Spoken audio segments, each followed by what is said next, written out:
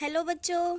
तो आज पढ़ेंगे हम क्लास 5th के ईवीएस का चैप्टर नंबर 2 जिसका नाम है कहानी सपेरों की।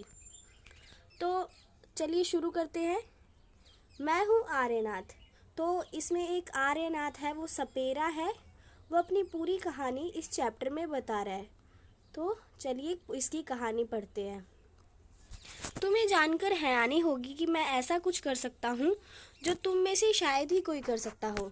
हाँ, तो ये बात सही है। ये सपेरा है तो इसका मतलब ये बीन बजा सकता है। ठीक है, तो आप बीन तो नहीं बजा सकते, कुछ ही लोग बीन बजा पाते हैं जिन्हें हम सपेरा कह देते हैं। हाँ, मैं सांपों को अपनी बीन की धुन पर नचा सकता हूँ। तो ये क्या कर सकते हैं, सांप जो होते हैं, आपने सांपों को देखा होगा, नहीं भी देखा होगा, चिड़ियाघर में किसी देखा होगा, अगर पता भी होगा आपको, आपने अपने किताबों में भी पढ़ा होगा उनके बारे में, तो सांपों को ये अपनी धुन पर नचा सकते हैं। यह कला मैंने अपने लोगों से सीखी है। हमारे लोगों को कालबेलिया कहते हैं। तो जो भी सपेरे होते हैं जो बीन बजाकर सांपों को अपनी धुन पर नचवाते हैं, उन्हें क्या बोलते हैं, उन्हें कालबेलिया कहते हैं। तो आपने ये याद रखना, इम्पोर्टेंट क्वेश्चन है ये। क्या कहा जाता है उनको, कालबेलिया। जो बीन बजाकर सांपों को अपनी धुन पर नचवाते हैं उन्हें क्या बोलते हैं, कालबेलिया। मेरे दादा रोशन नाथ जी हमारी जाति में बहुत मशहूर थे। वह बहुत आसानी से खतरनाक और जहरीले सांपों को पकड़ लेते थे। वह मुझे कई बार अपने बीते दिनों के किस्से अभी भी सुनाते हैं। आओ तुम भी सुनो उनकी कहानी उन्हीं की जुबानी। तो इसके जो दादा है, सपेरा है जो ये, इसके दादा का नाम क्या है, रोशन नाथ जी। ठीक है, तो ये इनका जो काम है, ये सपेरे का काम है जो ये जाति से जाति तक चला आ रहा है। इसके दादाजी करते थे, फिर इसके पिताजी करते थे, फिर ये करता है। तो ये पीढ़ी दर पीढ़ी काम चलती जा रही है अभी तक। तो आप यहाँ पर देख सकते हैं सांप, देखिए सांप है एक तरह का। तो अब हम इसके दादाजी की कहानी सुनते हैं। मेरे दादा परदादा सभी सपेरे थे। तो परदादा भी जो थे इनके सपेरे थे। हमारी जिंदगी सांपों से ही जुड़ी रही, मतलब ये सांपों के ही करीब आसपास रहे हैं। ठीक है, कंधे पर कावड़ जैसी पिटारी लटकाए हम एक गांव से दूसरे गांव में घूमते। ठीक है, हम जहाँ भी जाते हमें देखकर लोगों की भीड़ इकट्ठी हो जाती। फिर हम पिटारी में रखी बोस का टोकरी में से निकालते अपने प्यारे सांप। मतलब ये क्या करते थे, इनके पास एक टोकरी थी। ठीक है, इनके पास एक पिटारी बोलेंगे जिसे हम पिटारी में सांप को रखते हैं। ये पिटारी थी, वो अपने कंधे पर रख कर उसे टोकरी में सांप को रखते थे। जैसा आप देख रहे हो, इसके पास क्या है, एक पिटारी है। ठीक है, और इसमें इसने सांप को भी रखा है। ये हमेशा आप इसमें डालता है अपने झोले में, और अंदर सांप रहता था। ठीक है, सांप को आप देख सकते हो। सांपों का नाच देख लेने के बाद भी लोग वहीं रुके रहते। उन्हें पता होता कि हमारे टिन के डिब्बे में उनके कई रोगों की दवा होगी। ये सभी जड़ी बूटियां हम जंगल से इकट्ठी करते। मैंने भी यह सब अपने दादाजी से सीखा। मुझे अच्छा लगता कि जहाँ डॉक्टर नहीं है वहाँ मैं अपनी दवाइयों से लोगों की कुछ मदद कर सकता हूँ। तो ये जो सपेरा है, ये क्या करता था, ये वैसे तो ये सपेरे का काम करता था, सबका मनोरंजन करता था। गांव गांव जाकर, शहर शहर जाकर सांप को बीन बजाता था और सांप उसके इशारों पर नाचता था। लेकिन ये क्या करता था, जब खेल खत्म हो जाता था तो ये अपने साथ कुछ जड़ी बूटियां भी लाता था, क्योंकि ये गांव के ऐसे इलाकों में जाता था जहाँ पर डॉक्टर शायद नहीं होते थे। तो जो सारे लोग थे इससे जड़ी बूटियां खरीदते थे। ठीक है, दवाइयों के बदले लोग कभी अनाज दे देते तो कभी पैसे। बस इसी तरह से गुजर बसर हो रही थी। तो इसके रोजी रोटी का काम क्या था, रोजी रोटी इसको कहाँ से मिल रही थी, इस सांप की मदद से। ठीक है, कई बार मुझे ऐसे घरों में भी बुलाया जाता जहाँ किसी को सांप ने काटा हो। तब मैं सांप के डंक के निशान से यह जानने की कोशिश करता कि किस सांप ने काटा है। उसे मैं सांप के काटने की दवा देता, पर मैं हमेशा समय पर नहीं पहुंच पाया। जानते हो ना, कुछ सांप ऐसे भी होते हैं जिनके काटते ही जान चली जाती है, पर ज़्यादातर सांप जहरीले नहीं होते। तो ये क्या कह रहा है कि गांव में जहाँ पर जहाँ किसी को सांप ने काट दिया वहाँ भी वो चला जाता था, लेकिन ऐसे वक्त पे जाता था कि शायद उसकी मृत्यु हो जाती होगी, क्योंकि ऐसे सांप पाए जाते हैं, कुछ ऐसे सांप होते हैं जिनकी तुरंत काटने से ही तुरंत ही डेथ हो जाती है। ठीक है, लेकिन ज़्यादातर सांप जो होते हैं जहरीले नहीं होते हैं। कभी कभी जब कोई किसान सांप सांप चिल्लाता हुआ भागा आता, तब मैं ही उस सांप को पकड़ता। आखिरकार मैं बचपन से ही सांप पकड़ना जानता हूँ। तो कोई भी अगर देखो, किसान क्या करता है, खेती बाड़ी करता है, तो वो खेती बाड़ी करते करते उसे अगर अपने खेत में सांप दिख गया तो क्या चिल्लाएगा, सांप सांप चिल्लाएगा। तभी क्या करता था सपेरा, उस सांप को पकड़ने के लिए जाता था। वह बहुत बढ़िया दिन थे लोगों वह बहुत बढ़िया दिन थे। आगे, लोगों की हम बहुत मदद कर पाते। ठीक है, लोग भी हमारी बहुत इज्जत करते थे। आजकल की तरह नहीं था। अब तो मनोरंजन के लिए ज़्यादातर लोग टीवी देखते हैं। तो पहले क्या होता था बच्चों, अभी भी कहीं जगह पर होता है, बंदर बंदरिया का खेल दिखाते हैं। आपने कभी देखा होगा, ज़्यादातर बंदर बंदरिया का खेल दिखाते हैं। लेकिन अभी भी इतना नहीं रह गया जितना पहले था। पहले हमेशा दूसरे दिन, पहले दिन या फिर 2 दिन 3 दिन छोड़ के हमेशा कोई ना कोई खेल दिखाने वाला आता था। कोई सांप लेकर आएगा, कोई जादूगर लेके आएगा, किसी बच्चे को गुम कर दिया, ऐसे मनोरंजन का खेल दिखाते थे। ठीक है, लेकिन अब क्या हो गया है, ज़्यादातर लोगों के घरों में टीवी आ गए हैं, फ़ोन आ गया है। इतना लोगों को वो हो गया है कि वो घर से अब ज़्यादा निकलते ही नहीं हैं। तो वो अब ये सब छूटता जा रहा है। तो अब जो सपेरे थे उनकी भी रोज़ी रोटी ख़त्म होते जा रही है। उनको भी अब पैसे कमाने का कोई ज़रिया नहीं रहा है। बताओ, अब कुछ क्वेश्चंस है जिसका आपको आंसर देना है। आपने पूरा जो चैप्टर पढ़ा उसके हिसाब से। क्या तुमने कभी किसी को बीन बजाते देखा है? कहाँ? अगर आपने किसी को बीन बजाते देखा है, अगर आपने कभी सपेरे का खेल ही देखा है, वो आता है, तो आप लिख सकते हो हाँ। या फिर टीवी पे भी आपने देखा होगा, सपेरा होता है कोई मूवी में, नागिन कुछ किसी भी मूवी में, तो वो सपेरा जो है बीन बजाता है, तो आप लिख सकते हो। क्या तुमने कभी सांप देखा है? कहाँ? आपने अगर सांप देखा है तो आप लिख सकते हैं। आपने अगर जू में देखा है, चिड़ियाघर में, तो भी आप लिख सकते हो। अपने असली में भी देखा है तो भी आप लिख सकते हो। क्या तुम्हें उससे डर लगा? क्यों? अगर वो खुला होगा तो डर तो लगेगा ही, लेकिन अगर वो चिड़ियाघर में आपने बंद देखा है तो फिर डर नहीं लगता है। तो आपने अगर खुला देखा है, अगर आप डर गए हो, तो आप यहाँ भी आंसर लिख सकते हो। तुम्हें क्या लगता है सभी सांप जहरीले होते हैं? अभी इसमें क्या बोला गया, उस चैप्टर में बोला गया था कुछ जो सांप होते हैं जहरीले होते हैं, बाकी ज़्यादातर जो सांप होते हैं वो जहरीले नहीं होते। तो आपने इसमें क्या लिखना है? नहीं। ठीक है, नहीं, सभी सांप जहरीले नहीं होते। ठीक है, तुमने पिछले पार्ट में पढ़ा कि सांप के बाहरी कान नहीं होते। सोचो, क्या वो बीन की धुन सुन पाता होगा या फिर बीन के हिलने से ही वह नाचता होगा? तो आपने हाँ, फर्स्ट चैप्टर में बताया गया कि कुछ जानवर होते हैं जिनके कान नहीं होते, कुछ महसूस करते हैं। तो सांप के कान नहीं होते हैं, लेकिन वो क्या करता है, वो कहाँ पर चलता है, धरती पे चलता है ना। तो वो जब जाता है तो उसको जब बीन की, यह मान लो बीन है, जब बीन की धुन सुनाई देती है तो इसकी जो वाइब्रेशंस होती हैं ज़मीन पर लट आती हैं, तो क्या होती है, इसको वाइब्रेशन के एहसास करके ये आ जाता है। तो इसमें एहसास करने की शक्ति बहुत ज़्यादा है, महसूस करता है ये। अब हम क्या करें? आर्यनाथ, तुम्हारे पिताजी बहुत छोटी उम्र से ही मेरे साथ गांव गांव घूमा करते थे। उन्होंने बीन बजाना अपने आप ही सीख लिया था। आज की सोचूं तो बहुत परेशानी होती है। सरकार ने कानून बना दिया है कि ना तो कोई जंगली जानवर को पकड़ सकता है और ना ही उन्हें अपने पास रख सकता है। कुछ लोग जानवरों को मारते हैं और उनकी खाल ऊंचे दामों में बेचते हैं, इसलिए ऐसा कानून बनाया गया। पर ऐसे कानून से हमारी रोजी रोटी का क्या होगा? हम सपेरों ने कभी भी सांपों को नहीं मारा, ना ही कभी उनकी खाल बेची। कुछ लोग कहते हैं कि हमें सांपों को बुरी हालत में रखते हैं।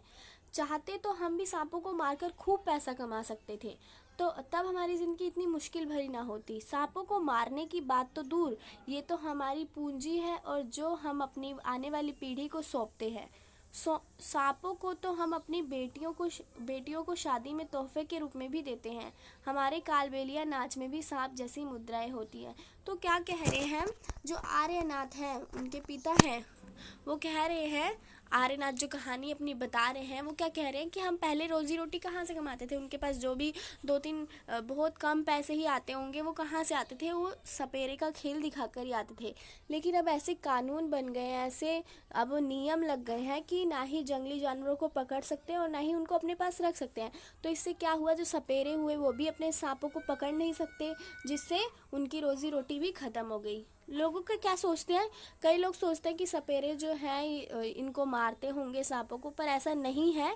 वो इसे बहुत प्यार से रखते थे क्योंकि इससे ही वो अपनी रोजी रोटी कमाते थे। ठीक है आर्यनाथ, तुम्हें अपने लिए अलग तरह की ज़िंदगी सोचनी पड़ेगी। तुम भी अपने पिताजी की तरह बीन बजाने में माहिर हो। तो तुम अपने साथियों के साथ मिलकर एक बीन पार्टी बनाकर लोगों का मनोरंजन कर सकते हो, पर तुम पीढ़ियों से मिले सांपों के इस ज्ञान को व्यर्थ ना गंवाना। तुम शहरों और गांवों के बच्चों को बताना कि सांपों से ना तो डरने की ज़रूरत है और ना ही नफरत करने की। उन्हें सिखाना कि किसी जहरीले सांपों को पहचानना है। उन्हें यह भी बताना कि सांप तो किसान के दोस्त हैं, सांप ना हो तो खेतों में फसलों को चूहे से कौन बचाएगा।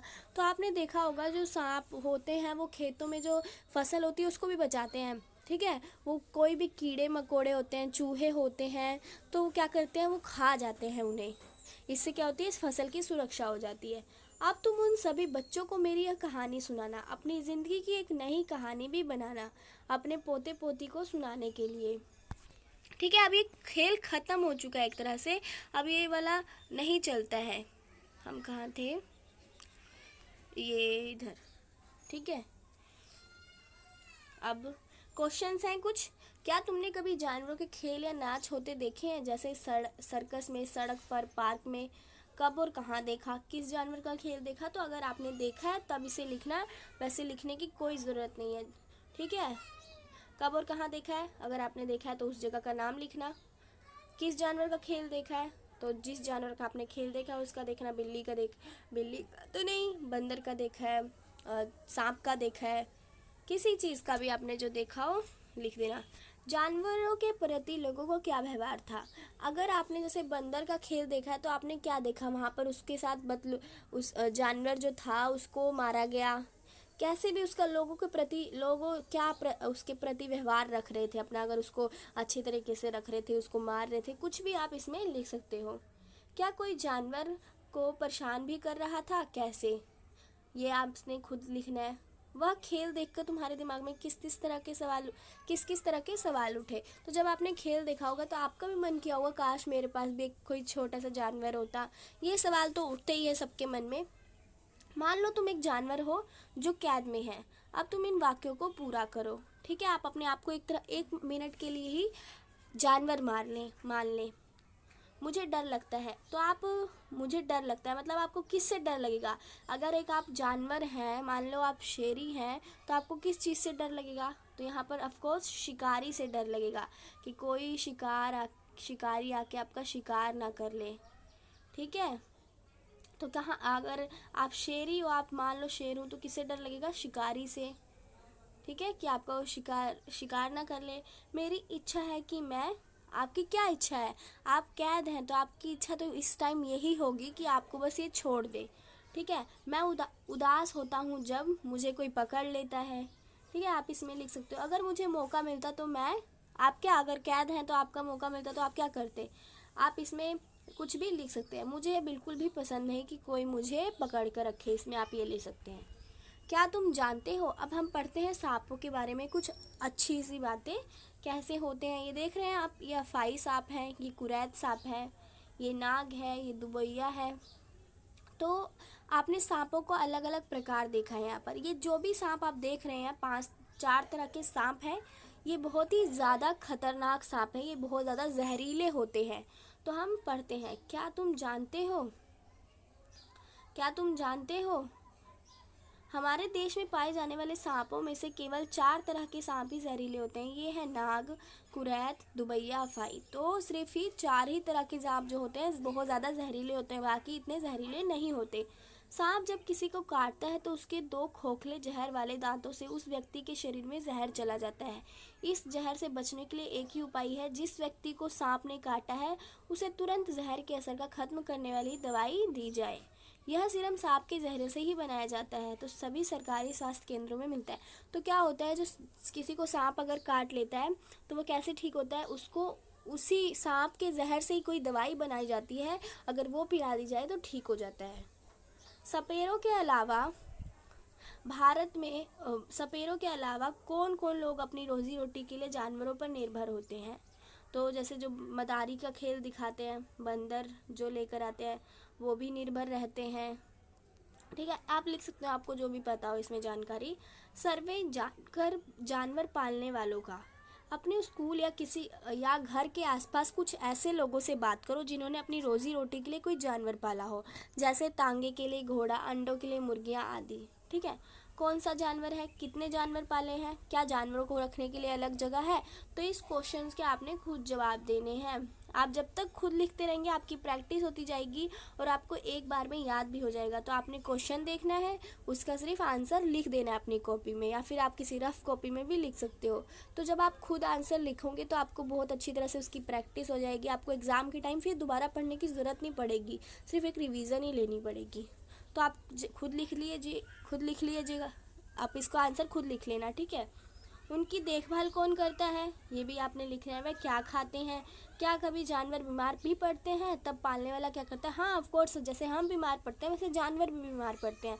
तब आपने लिखना है क्या क्या, उसके साथ फिर कैसा व्यवहार किया जाता है। इसी तरह अपने मन से और प्रश्न भी पूछो। अपने इस सर्वे की रिपोर्ट तैयार करो और कक्षा में पढ़कर सुनाओ, ठीक है। बनाओ एक अनोखी कठपुतली। आपने कठपुतली बनानी है।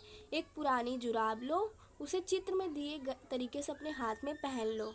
आँखों के लिए 2 बिंदी या बटन चिपकाओ। जीभ बनाने के लिए लाल कागज़ की पट्टी काटकर चिपकाओ। पट्टी के दूसरे सिरे पर जीभ के लिए कट लगाओ। लग रहा है ना सांप, ठीक है। तो आपने करना है, आप घर पे ही होंगे इस टाइम तो आप ये प्रैक्टिकल कर सकते हैं एक जुराब लेकर, ठीक है। बहुत इजी, आपको बहुत मज़ा आएगा ये करने में, ठीक है। हम क्या समझे, सरकार ने कानून बना दिया है कि ना तो कोई जंगली जानवरों को पकड़ सकता है और ना ही उन्हें अपने पास रख सकता है। तुम्हें क्या लगता है, क्या यह कानून सही है या नहीं? अपने उत्तर का कारण बताओ।